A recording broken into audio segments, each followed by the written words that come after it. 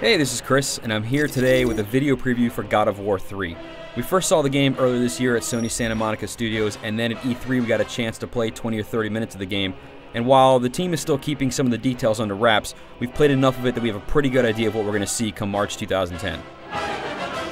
The story in God of War 3 picks up right where God of War 2 left off, with Kratos basically working his way up Mount Olympus with the Titans, going to take the fight straight to the gods.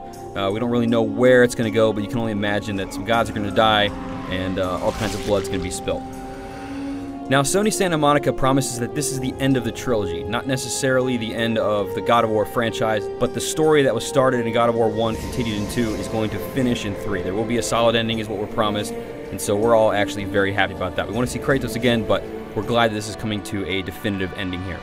Now, the most important thing in God of War is obviously the combat, and from what I've played of the third game, it feels identical to the first two. Kratos actually may feel slightly heavier, but the combat mechanics work the same way.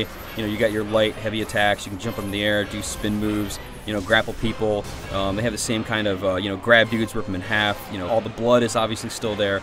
But again, the combat feels identical to the first two games. So if you've played those, or even the PSP variant, you'll pick this one up right away, which is great. One thing that is kind of new, though, is that you can swap between weapons at any time and on the fly. So you can build combos where, you start with the blades and then go to the cestus, then go back to the blades, and, so you can create all kinds of really cool combos that way.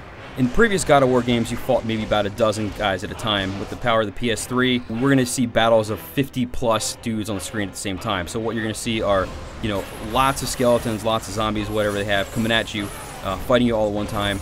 Kratos has new moves where if he gets surrounded by guys, he can kind of throw them off. To fight these big groups of guys, you do have a couple other moves. One thing that you can do is pick up a dude and essentially use him as a battering ram and just run through guys and plow them off cliffs or whatever. And that seems to be pretty useful from what we've seen. Now, again, at the end of God of War 2, Kratos was with the Titans. They were going at Mount Olympus, and the Titans are definitely in this game, and they play a huge part of what you're going to be doing, what you're going to be seeing. But the Titans are promised to be pretty cool. They're absolutely gigantic. I have a feeling that the one that we saw at E3 is kind of on the smaller scale for them, but the epicness that has been in God of War in the past is definitely going to be here in the third game. Now, speaking of large enemies, one thing that you can do that's kind of cool is ride some of them, such as the Cyclops. You can get on his back and then kind of stab him a bunch of times to control where he's going. He's a big, unwielding guy, so you don't have, perfect control like you do over Kratos, but you can use him to easily take out a bunch of dudes. As you continue to stab him to control him, though, you're hurting him, so, the more you use him, the more you're weakening him. And then eventually, once he's pretty much dead, you can go rip out his eye, get some more power-ups, that kind of thing from God of War 2. Now, Mount Olympus is a giant, giant mountain, and in order to have Kratos scale this thing, in a reasonable amount of time so you can actually finish the game, you'll find things that are being called right now the Icarus Ascent. And when you're in this thing, there's going to be like rocks falling at you and girders to dodge and things like that going on. It's actually, from original screenshots I saw, I didn't really know about it, but when you play it, it's actually a very cool a moment of action. It does a really good job of making you travel really fast, but it's kind of this really cool, intense moment where, Kratos is kind of like rushing to the next sequence of the game, and it's all done pretty well from what we've seen anyway. Now, in terms of graphics, the first two games were obviously on the PS2, and so moving to the PS3, the game's going to clearly look better. Starting with Kratos on the PS2, Kratos was about 5,000 polygons. Here he's a good 20,000 or so.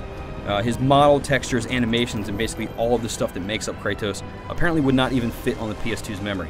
And even if you go back and you compare him to the CG scenes from the first two games, he looks better than that, which is actually pretty amazing.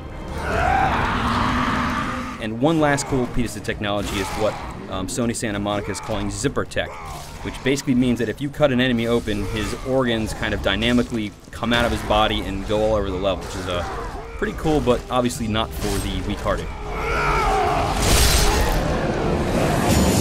God of War 3 is expected to hit the PS3 in March of 2010.